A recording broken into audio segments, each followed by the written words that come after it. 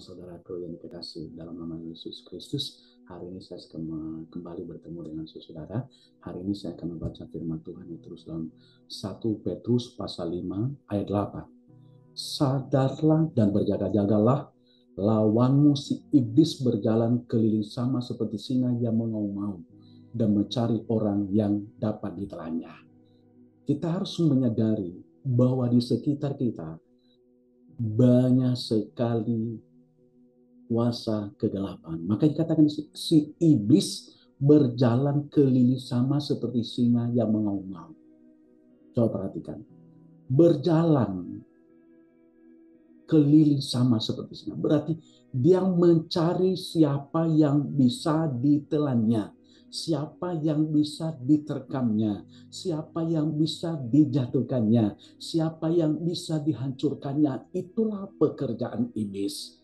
Jadi hari ini jangan pernah berikan kesempatan kepada iblis. Makanya hari ini saya akan memberikan judul perenungan saya ini, waspada.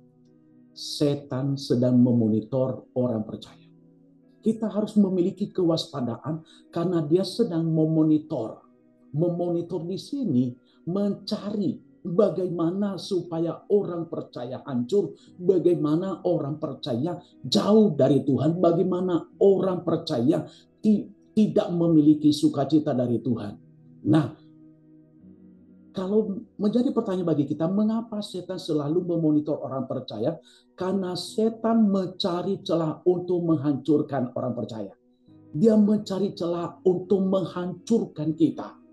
Dengan apa? Mungkin lewat mulut kita merendahkan orang, kita menjelekkan orang, kita mencaci maki orang, kita hidup dalam kesombongan, saudara dikasihi oleh Tuhan. Mungkin juga lewat pikiran kita, mungkin pikiran bagaimana orang itu supaya hancur, bagaimana orang ini dan bagaimana supaya dia tidak berhasil, dipakai oleh setan. Sedang dia monitor pikiran kita. Mungkin mata kita, saudaraku, selalu ingin saudara, kita lihat di sekitar kita. Tapi hari ini saya sangat percaya saudara tidak akan jatuh seperti begitu. Amin, saudara dikasihi Tuhan. Yang kedua, mengapa setan selalu memonitor orang percaya? Karena setan tidak senang kalau orang percaya bersukacita dan hidup dalam kedamaian. Setan tidak pernah senang kalau orang percaya hidup dalam kedamaian. Setan tidak pernah senang kalau rumah tangga kita sukacita. Setan tidak pernah senang kalau kita menikmati sukacita setiap hari. Setan tidak pernah senang kalau kita bersukacita dalam pekerjaan kita. Setan tidak pernah senang kalau kita melayani pekerjaan Tuhan dengan sukacita dan dengan kedamaian. Setan tidak pernah senang kalau apa yang kita kerjakan selalu hati yang sukacita, hati yang gembira. Setan tidak pernah senang, saudara dikasihi Tuhan, kalau kita memiliki sukacita ketika kita berhadapkan pada persoalan, ketika kita berhadapkan pada penyakit, ketika kita berhadapkan kepada kekurangan. Setan tidak pernah senang, saudara dikasihi Tuhan, sehingga dia memonitor bagaimana dia cari itu supaya kita jatuh. Tapi saya percaya hari ini saudara tidak akan memberikan celah sama sekali buat setan. Amin, saudara dikasihi Tuhan. Yang ketiga, mengapa setan selalu memonitor orang percaya?